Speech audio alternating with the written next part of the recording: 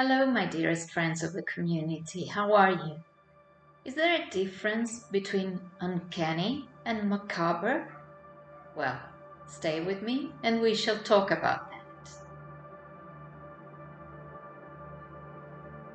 I've recently posted a few pictures in my community and you've participated a lot in the quiz I presented you with. It was a quiz for you to decide whether the paintings were uncanny or macabre. Now, what's the difference between one and the other? If you want to know more about the uncanny, I've presented you with a video not long ago in which I define and apply the term to literary pieces. Now, what about macabre? Generally speaking, when you talk about something that is macabre, it has to do with shock. Shock related to death in a very unpleasant way. Death which is presented to the public in a way which is disgusting and not nice or respectful. So the origins of this way of applying the macabre lie a long way back in time. I'm going to talk about the first picture I have from the community and the quiz I presented you with. Take a look. This is Hbin's engraving. Hbin was a German artist. He was born in 1495, and what he did was make a series of engravings in which he presented death as the leveler for everyone. There is no distinction of social class, there is no distinction of hierarchical level. To death, we're all the same, we're all equal. So he presented figures of power and other figures such as peasants or workers, and they were all taken by storm, by death, and they were taken away by it. She came and shocked them and took them away, and he represented this with the reaction of the characters. Actually, the whole series of engravings is called the Dance of Death, and in literature, when you refer to this, you refer to the Danse Macabre.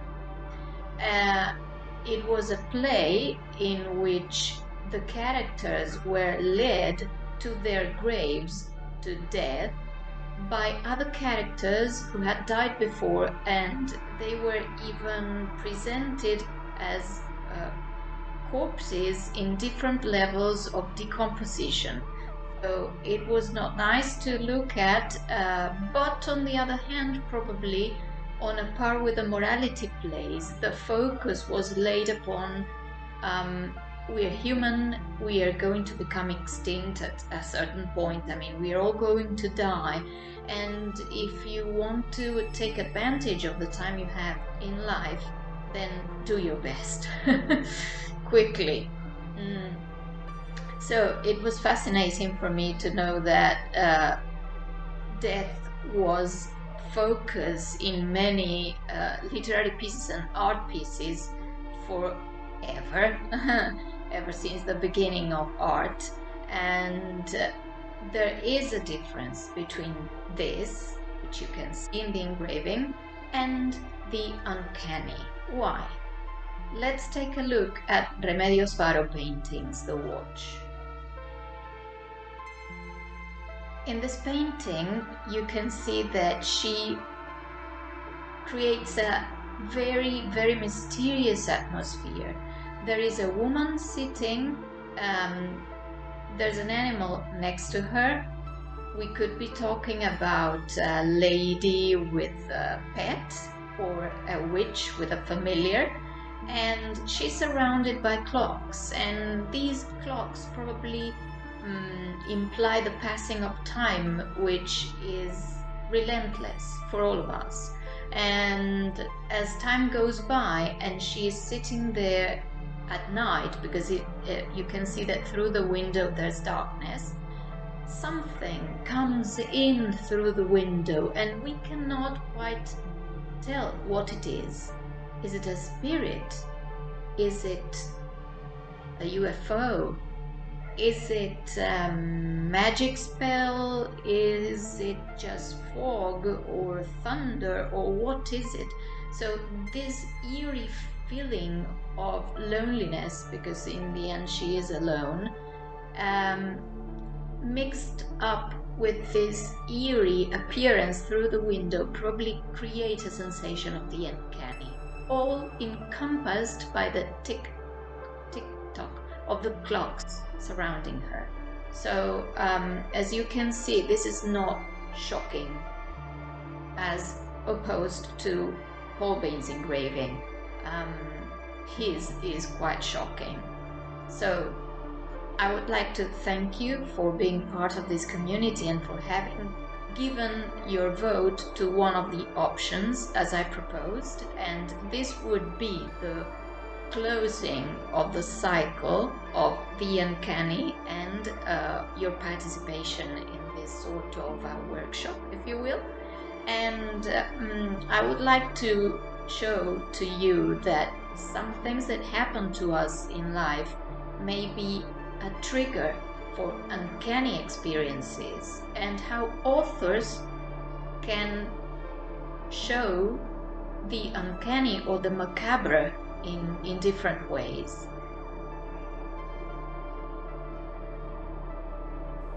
Let me show you something that happened just yesterday at my attic window. Look. What does it remind you of? It immediately made me feel this sensation of something so uncanny.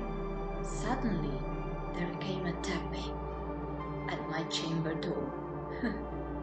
Visitor, I muttered, tapping at my chamber door. Do you know who wrote that? Of course you do, Edgar Allan Poe in The Raven. But then he could also master the feeling of the macabre when he wrote, "It writhes, the mimes become its food, and the angels sob at vermin fangs in human gore imbued." That is from The Conqueror Worm, also by Poe. Can you tell the difference between one and the other? Where the first one is mysterious and eerie, the second one is so shocking and it causes disgust and a very bad feeling. All right? Okay, so I hope this has clarified even more the definition and the notion of the uncanny. So, if you like this content and the rest of the content in my channel, please subscribe, give me a like to every video, and stay tuned because I will keep posting material and videos for us to share. And please send comments with queries, questions, or respectful comments. I will answer them all. So again, thank you so much. We'll be seeing each other soon. Bye-bye.